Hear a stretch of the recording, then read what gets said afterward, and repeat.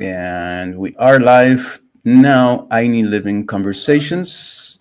The conversation we have each week. Me, Julian Catari from Jalapa, Veracruz, and Sacred Blue Heron Woman from Indianola, Oklahoma. And it's been 192 sessions that we are here together with you folks, talking about a whole bunch of different subjects, very in depth, unknown, mysterious revelations of how the universe works and how to build a free society. This week we have an incredible conversation, incredible title, incredible essay titled "How Money, Equity, Fiction, and External Authority Replaced Love, Equality, Truth, and Self-Authority." It's a very exciting topic because it's something that I'm pretty sure nobody is really fully there yet, realizing and putting this into practice and realizing how much we've given our authority away to a system, to a law, to the cops. We believe in the Constitution. We believe in the codes. We believe in everything that is built strategically, and we've been revealing this. We've been giving the evidences of this. We're not just falsely claiming that the system was rigged, built around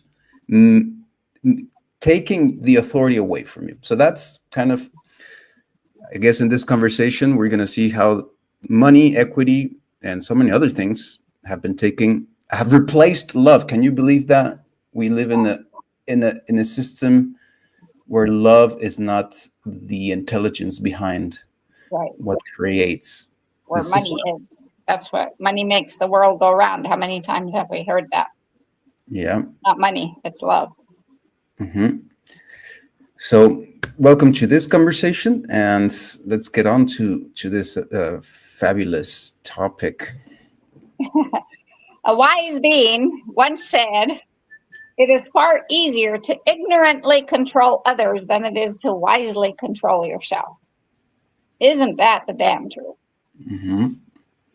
So, most of the suffering and injustice in the world, both today and thousands of years ago, can be directly attributed to a single idea.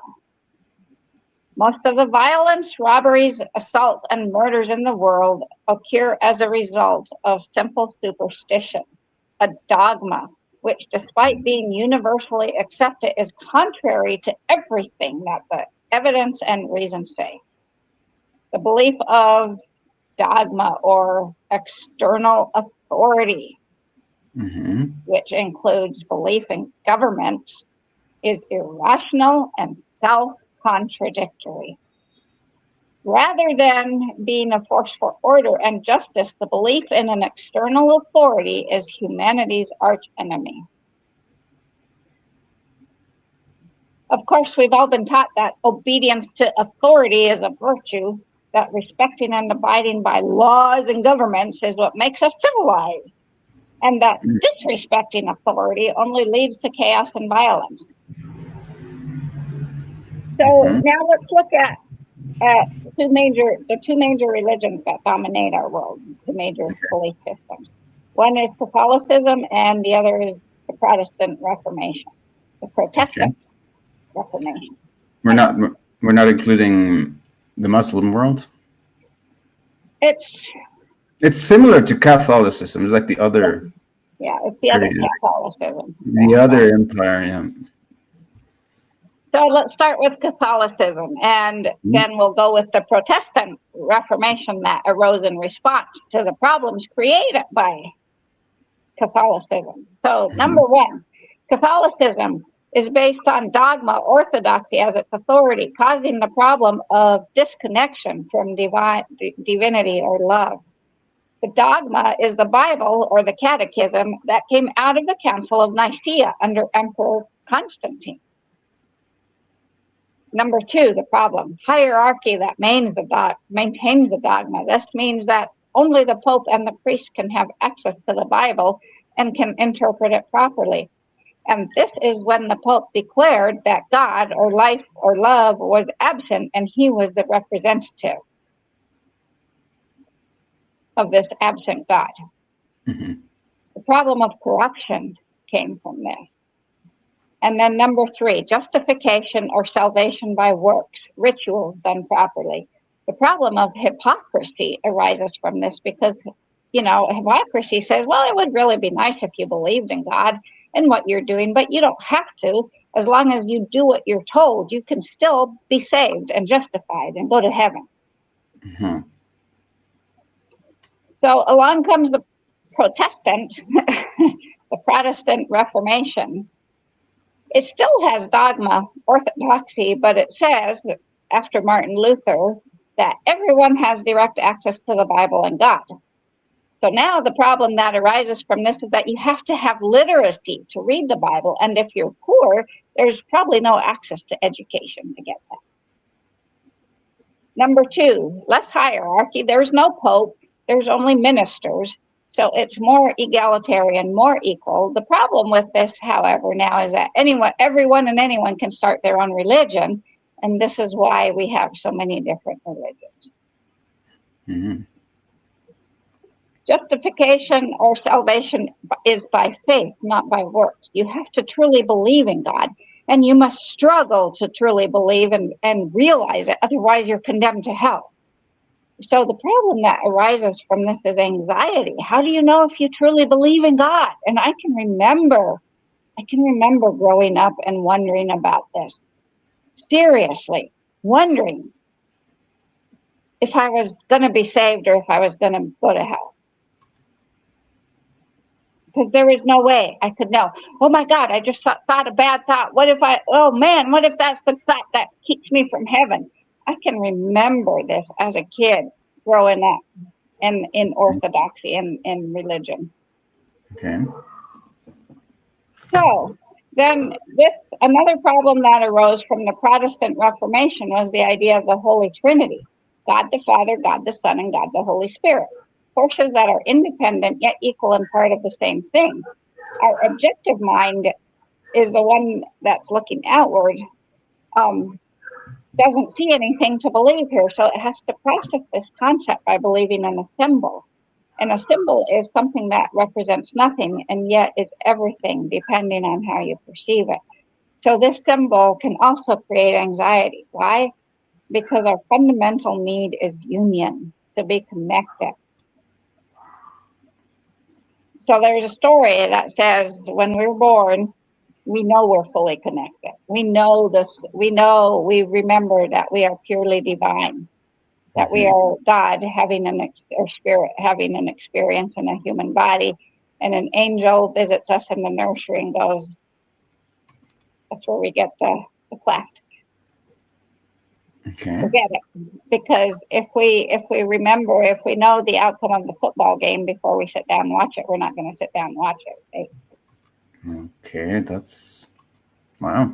So we've forgotten that we are fully connected, that we are still fully divine. And so we've been told this dogma of life that we're not connected. And so we know instinctively that our fundamental need is union, this connection. But we don't know that. So with the symbol, we cannot be connected because it's removed from us. But prior to the Protestant Reformation, the Protestant Reformation, the church, the Catholic Church stood between humans and the Holy Trinity, so that all you had to do was believe in the church. There was something. But now, this anxiety causes OCD, obsessive compulsive disorder, because anxiety comes from confusion. And we have to try to order our physical world as we try to rationalize the world around us to reduce our anxiety. And severe OCDs will wash their hands, yeah. But, this is where we need to track in ourselves. Where am I OCD? Where is this covering up an anxiety that I might not be connected? So the last problem that comes from the Protestant Reformation is, and why do I keep saying it like that? Because they were protesting against the Catholic Church. The last problem is one of predestination, meaning God at the beginning of time has already decided whether you're going to heaven or not, and that decision is final and it can't be swayed. Only a few will be saved, those few elect. And I was raised to believe it was only 144,000 would go to heaven, and Hmm. the rest of us were doomed to hell. So this creates more anxiety. So the solution became money. Got anxiety? What do? Make money and more money and don't stop until we make the most. Money is the way to resolve the God issue because money is also a symbol. So we can now conflate God or love with money. So money is God or love because this is what this force that flows through us is love. The breath of life, right? And so now God is love and love or God is money. It also solves the predestination problem of how do I know I have faith in God? Because I have a lot of money. Because God has blessed me because I have a lot of money. And I've spent my entire life accumulating money and I'm going to heaven because I'm rich. My wealth shows that I have faith in God and I must be predestined to be part of the few elect. Now, in my world, it was not that. We were not wealthy. We had works. We dressed in dresses 3 inches below our knees and we didn't show our breast straps to the men and we didn't, right? Kind of like the Amish. We had our works that would show us that we were going to heaven. But it didn't work. I didn't believe it. So out of this, we now have the concept of capitalism because never before had people ever had this concept of accumulating money for the sake of accumulating it. Before it was a sign of social status, so the wealthy would hold feasts to give out their accumulations. And now we accumulate for ourselves only and we don't waste because wasting is corruption and shows your lack of faith in God. And I will kind of attest to that personally too, because when I got my um, settlement from the VA, I suffered this huge load of guilt about the way I spent it because I just wasted it all and it just went like that. Hmm. But the concept of this is, while I keep saying money is not energy, it is. It loves to move. Money loves to move. Money needs to move. So I Hmm. was doing okay. It's just I had this. I didn't know I had this belief, but I can see now that it's been exposed that I had something of this belief in me that caused all this guilt about how I spent the money.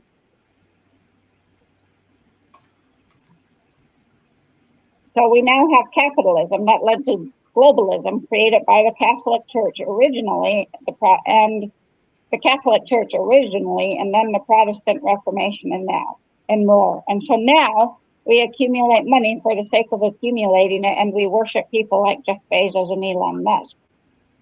And even though money is just a symbol, we believe money is a reality itself, and that is what capitalism is. The belief that money is reality itself, and that is exactly where Adam Smith, with his theory of the invisible hand that guides the market, came from. That is exactly where money replaced love. Hmm. We're all different with different perspectives, which can create confusion. So, what does money do for us? It sterilizes, it systematizes, it clarifies, and simplifies everyone's understanding into one concept, a coherent whole. So, to demonstrate this, we'll go to an experiment that was done where a group of people were given wine to taste from 3 different bottles, and they were asked to decide which one was the best. So because we're all dependent on external authority, nobody could. So then the experiment conductor put price tags on each bottle. He or she just randomly put $10 on this one, 20 on that, 50 on that. Didn't matter what the quality of the wine was, what the actual taste was. They just labeled it, and so then everyone decided the $50 bottle was the best. So that is what money does. It simplifies. Hmm. So now all our beliefs, our values, our judgment is placed into the symbol called money. And it's more than a symbol, it's a tool. But we then take it and reshape the world according to it. And bottom line, that's what money is a system to sterilize everyone's thoughts. And then reality is shaped into rational order. It's a way to sterilize and rationalize the world. Let's say that again. Money is a way to sterilize the world. You like being sterilized and not being allowed to make your own decisions? Yeah. So how did we get to money? And we've gone here before, and we're going here again because I constantly get new information that gets clearer and clearer on this. So how did we get to money? Well, when the Pope declared himself as the representative of God, the three papal bulls came after that in the right that we've talked about before, establishing the three testamentary trusts to separate the ownership of all assets of the globe, of the Mother Earth, in between several parties, between three parties. In 1455, the Unam Sanctum was declared as a trust in the land jurisdiction. The second papal bull was in 1481, where the practice of slavery was condoned, and this trust is in the sea or water jurisdiction. The third papal bull came in 1537 and proclaimed the Pope the owner of all souls with a baptismal certificate. This is why the Catholic Church was so adamant about converting. Since Pope Paul III in 1540, when a child is baptized and the baptismal certificate is issued, the parents have gifted or granted and transmitted the baby's soul to this trust that is in the air jurisdiction. The air jurisdiction is supernatural and ecclesiastical. So for the United States, these private secret trusts are established under the Canonum de Lus Positivum, which is Canons of Positive Law, Canon number 2048 for the U.S. since 1933, and this is when it became illegal in the states to have a midwife to give childbirth naturally. Says that when a child is born in a state under lower Roman law, three trusts are created. I've never had it spelled out this clearly before. On the presumption specifically designed to deny the child forever any right of real property. And you might say, well, no, I don't know. You don't own your house. No. You think you do. You don't. Any right as a free person and any right to be known as female and male rather than creature or animal, claiming and possessing his soul or spirit. Each one of these trusts created since 1933 represents one of the three crowns that represent the three property claims of the Pope. Real property on earth, personal property, which is our body, and ecclesiastical property, the soul. Each corresponds to the three forms of law available in the bar courts, the British Association, the British Accreditation Registry courts. Why are American lawyers taking the British Accreditation Registry exam? Why are they accredited in Britain? Because we're controlled by Britain. Corporate commercial law, the judge is the owner. Maritime and canon law, the judge is the banker. And Talmudic law, the judge is the priest. So trusts are often referred to as persons, but they are in fact, dead, lifeless corporations, legal fictions, and are created at the time of registration of a living baby with the state. The trust then becomes the legal entity of each of us. The state cannot create life. It needs to obtain life from others, and parents are the donors of these very valuable vital assets. So since 1933, our mothers were ordered to enter the foundling hospital, which is a safe place to abandon a child, believing she would receive care, but falsely she was declared to be homeless. And this is where Robert, from Canada, this is how he found it out, because they came to his house and confiscated his kid, right, under this, and coerced into signing papers as an informant. This form is then fraudulently used to create a title document, a bond, an assured security, and then is sent to the Human Resources Department and registered as human capital. Slavery, jointly owned by the foundling hospital and the state. This promissory note is then registered with the Department of Commerce and sold to the estate's private reserve bank. When the promissory note reaches maturity and the bank is unable to seize the child slave, a maritime lien is issued to salvage the lost property and monetize it as serialized currency. So our birth certificates are negotiable commercial instruments in the U.S. and in Britain. We know that in the Europe. I don't know how it works in Mexico, but it's similar. We know it's similar. No one has done research from those other countries. So when we are born in the U.S., the state receives our birth weight in gold from the Vatican Bank. That's why babies are weighed. That's the one and only reason babies are weighed.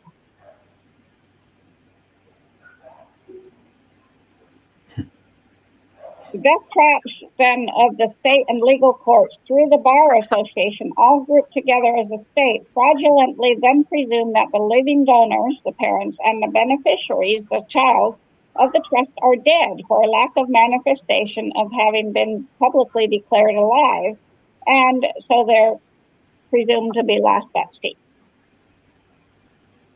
The trusts are well aligned with the jealously guarded Catholic doctrine of prayers for the dead. Our de facto courts use this doctrine to pray, summon, and resurrect dead souls, ghosts, or spirits to proceed with their courts of the deceased. This is why an invitation to court is called a summons, because they're summoning the dead. Right?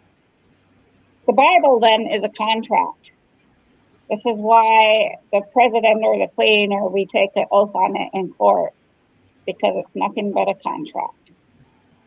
And so then we come to the Federal Reserve Act, and we need to know that acts are contracts, not law. And the Federal Reserve Act, we've been into this before, but we're going over it again because we can't go over it enough. This act established the largest trust on the planet, and with it, an invisible government by monetary power was legalized. That's what we call the deep state. And we think Trump's going to expose it. No, he dances to their tune. He can't expose it. It's amazing how they sold us on the story of getting rid of that, and they only made it bigger. It's there to protect it. Yeah. So in consideration of the underwriting of the public debt, the Federal Reserve Bank acquired a mortgage on all the assets of the people of the United States. And the Federal Reserve Board became trustees of this gigantic trust, and all government employees became agents of the Federal Reserve Board. This makes the Federal Reserve Act a wagering policy, a political betting, and the U.S. Supreme Court operates as a business, as does every other court. The acronym CRIS, C-R-I-S, is for Court Registry Investment System, and is what connects all these state court systems to the bank, to the Federal Reserve Bank. So as soon as you register something with the public, you release the legal title from the corporation and leave it with only one equitable equity title, and that is the right to use, not to possess. And for that, you will pay a use tax on income, sales, and property. This is where, as soon as you register your vehicle, as soon as you know what? No, the house is registered. No, you don't own it. That's why they can come in and kick you out whenever they fucking want. So we are all the collateral. Every single one of us is the collateral for the interest on World Bank loans.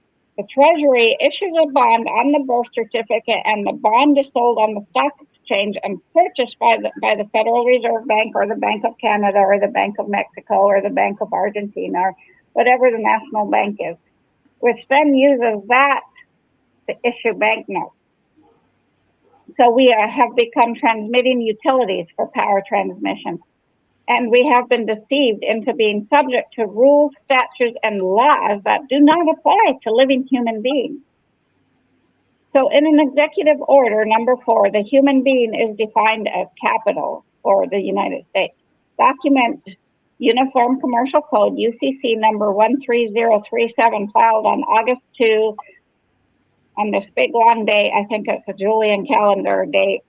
provides the sale of U.S. citizens in the transaction between the Federal Reserve System and the U.S. Treasury for $12.2 billion. It's right there in black and white. Mm-hmm. However, the motu proprio of Pope Francis applicable because these papal bulls expired in 2011 and 2012. By motu proprio of Pope Francis applicable on 1/9/2013, we have all been freed from slavery. So why do we continue to act as slaves and be slaves? So let's go dip into equity. People who exist in equity and act in equity cannot exit equity. You enter into equity voluntarily, and you do so with applications, registrations, and licenses. And equity and fiction, we've just talked about fiction, the whole fiction of slavery created. Right? It exists on statutes and regulations, bylaws, orders, and acts. So our government is simply people using words. And what words do they use? Legalese. That comes from Black's Law Dictionary. So the point at which we register our infants is the moment a legal entity or person is created and you have then abandoned them in the eyes of the government. The moment we register our vehicle, it's the same. We give up this owning it and say, thank you for letting me pay big bucks to use what I don't actually own. Mm-hmm. The government can then seize both our child and our vehicle under laws of maritime salvage, and it is now their chattel property to use as collateral to float bonds for loans on. So what is a person for Black's Law Dictionary? A human being is not a person because he or she is a human being, but because rights and duties have been ascribed to him or her. So what rights, and this is how Judge Anna von Reitz in Alaska found out about it, because she was like, what the hell? I'm a rum runner out of Puerto Rico. That was the right, that was her duties ascribed to her fictitious deed. Mm-hmm. And she was going to be put in jail for that. Like, what the hell? I'm not a rum runner out of Puerto Rico. I'm a judge in Alaska. And that's what her deep dive took her into finding this. So we have no clue what rights and duties have been ascribed to our strawmen, our legal fiction.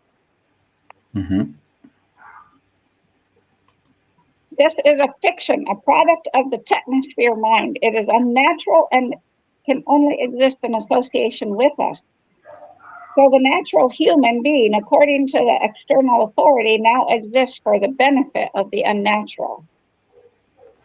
So the legal fact is we are not a person, we have a person, and the government always acts on that person. The purpose of the person was to provide us with a level of protection against government tyranny. Well, how does it do this? Well, when we understand that they're acting against that person, we always have the option to reject their government and not participate in the tyranny. How do they trick us into this? With smoke and mirrors. They use to hide movement, and it's seen in excess words, big definitions, legalese, bureaucratic language, camouflage. It is what is not there. Switch and bait. From a distance, it will appear as your obligation, but up close, it's always a choice. Always a choice. Like, I didn't find out till just a month or so ago. I was watching some videos on YouTube that you never have to consent to a breathalyzer test or rocket or whatever the cops do when they pull you over. You never, ever, ever, never, ever consent. Ever, ever. You have the right to not consent. Refusing is probably going to get you arrested, but you're not helping your case by giving them all the ammunition they need. They can arrest you then? Yeah, they can arrest you for they can, they're going to make something up. But if you voluntarily consent to their offer to walk the line and breathalyze, you're just giving yourself away. You're just, right? You just sold yourself into a world of shit.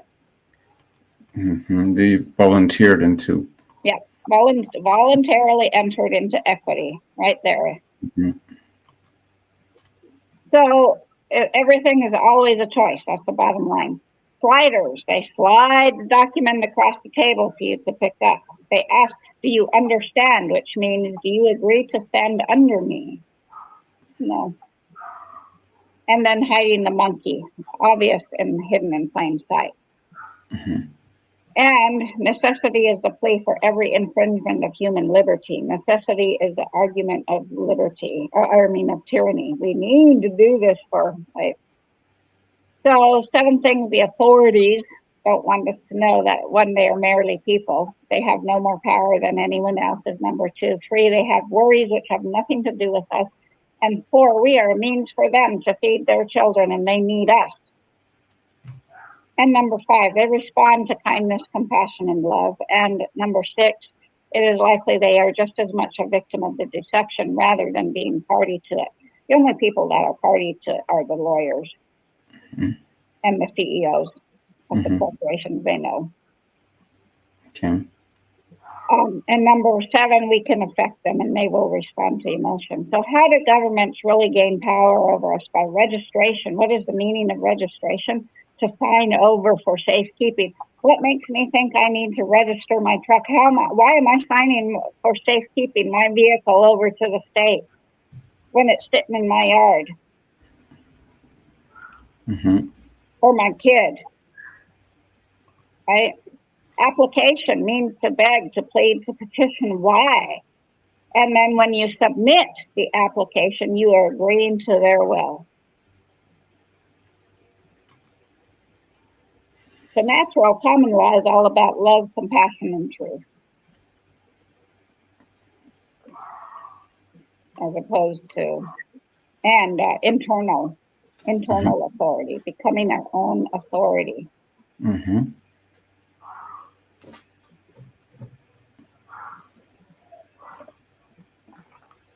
So a lot about, this sounds a lot like the strawman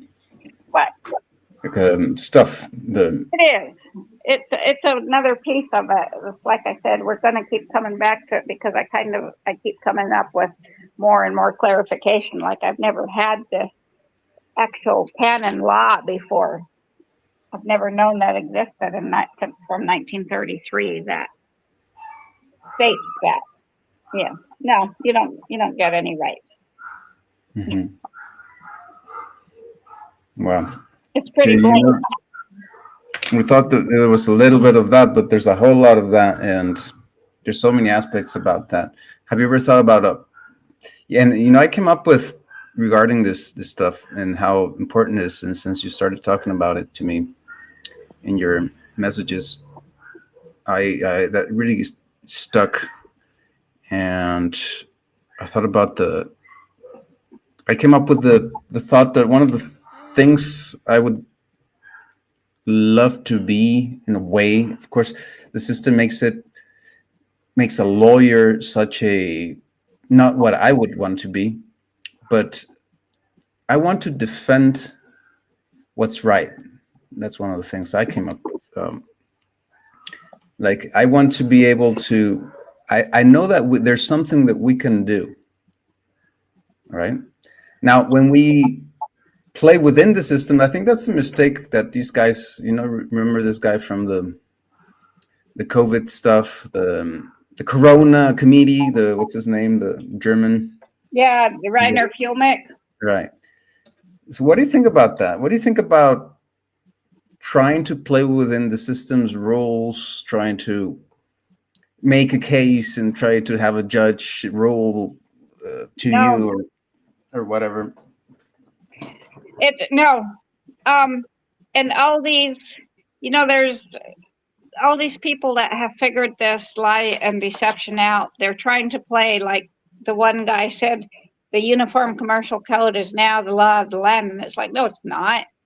You're still submitting to the same thing. It's the Club of Rome. It's the Vatican outside the Vatican. Still, right? So every time, that's a way to really, really simplify all of these. Every time you play their rules, you are submitting, you're taking away your own authority. Exactly. Because there's no God authority. They're not God. They're not God. They are Yeah. not God. That's what we have to understand. The police, the judge, none of them are gods. They are just humans inhabiting a uniform that makes them look like they have authority. So So but then the other thing I come up with is that, okay, so we're not going to their court, but what if we have a court? What if we can be defenders, spokespersons of the law of God, the law of nature? And I think we are in a way. there is a Brit. It started in Britain. It's called the common law court. Okay, I didn't know about that. Yeah, there is. You can look it up. It's PLC common law court. Um, I don't know that there's anything in the United States with this. The problem is, and is as I've talked to you via voice text, is like this Robert guy from Canada. Hmm.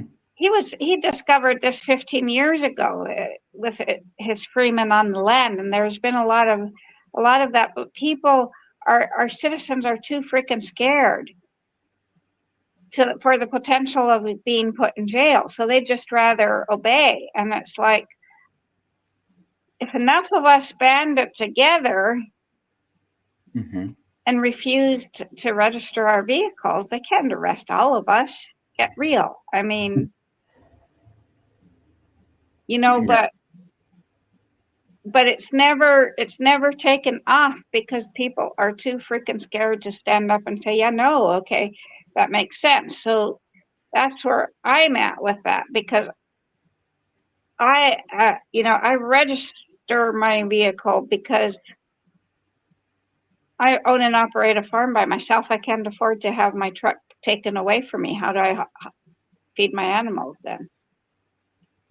Right, and we would get into long discussion about, well, what I think is, well, you're going on the roads, they own the roads, right? Maybe. Yeah. They do, and that's where I was telling you too, that Ivan Illich, this Russian guy from the 70s, he proposed that a public service road is nothing more than a track through the forest, so to speak. Hmm. All these paved highways are paid for by the corporation. We think, Right. oh no, it's ODOT, like Oklahoma Department of Transportation. That's just another corporation. They're funded. I agree with Ivan Illich. They are absolutely funded. ODOT is not funded by the government. It's all a sleight of hand. Hmm. All a sleight of hand. They are, like he said, proposed. They are funded by the car companies, the vehicle companies that need us to have highways so that they can sell us ever bigger vehicles that go faster and faster. Hmm. So they're Yeah. not really a public service. Our highways are not really a public service. So yeah, so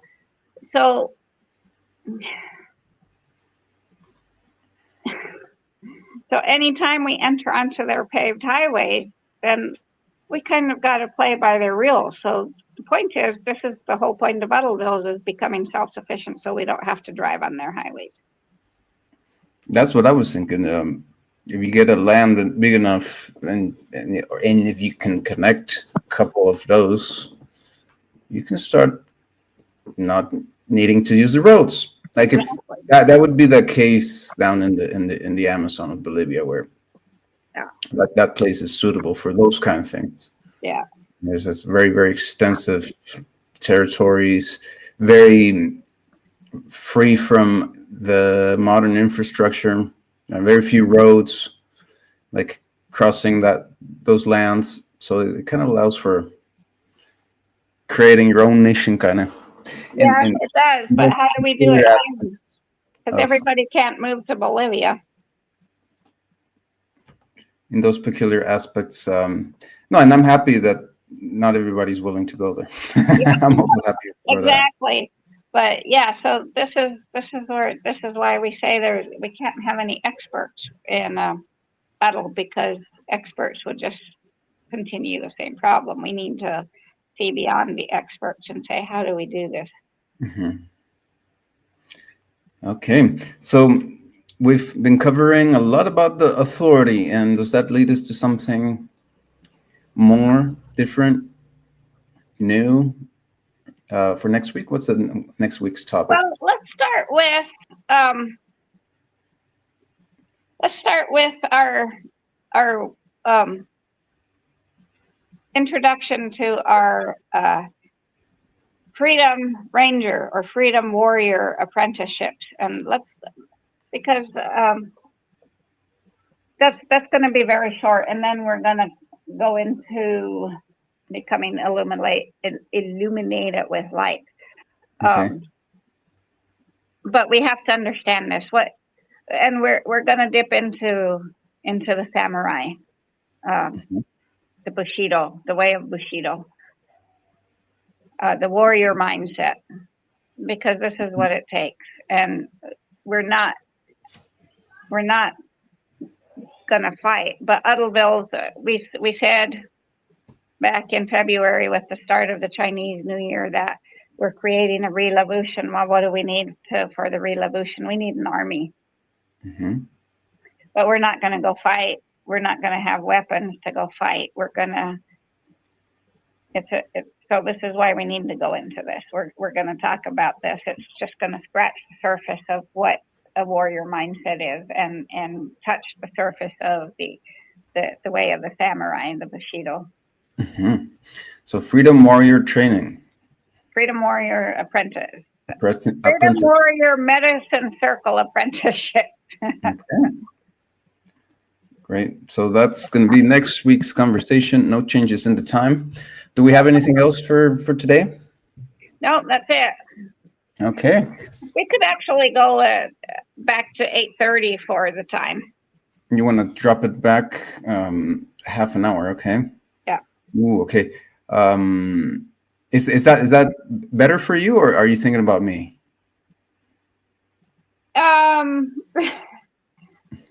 Kind of me. Okay. I can do that. Yeah, I can still make it a half an hour, because just today they asked me to start going pick up my daughter from volleyball on Wednesdays, but it's like at 6. It's still a good time. And we don't have to go live at 8:30. We can go live at 8:45, but we can. Right. Okay, so you want to invite people at 8:45? Yeah. Okay. We'll do that then next week, 8:45, 193rd session for I Need Living Conversations. Remember, alohaininotliving.com, only one A. That's our website where you can join Freedom Warrior Apprenticeship. Yeah. And you can be a creator, creative. You can become an Adulvillian, or you can support in any way that you see fit this project, which seeks to create the new, what's coming, what's going to be here after everything else collapses. So I will, before we get, then I will do a brief overview on what Udalvilles are and an Adulvillian is. Okay. Before we get into because the only way you can become an Udalvillite is to come through Freedom Ranger or Freedom Warrior apprenticeship, no matter what age you are. And that doesn't mean you're instantly, I'm in hierarchy above you.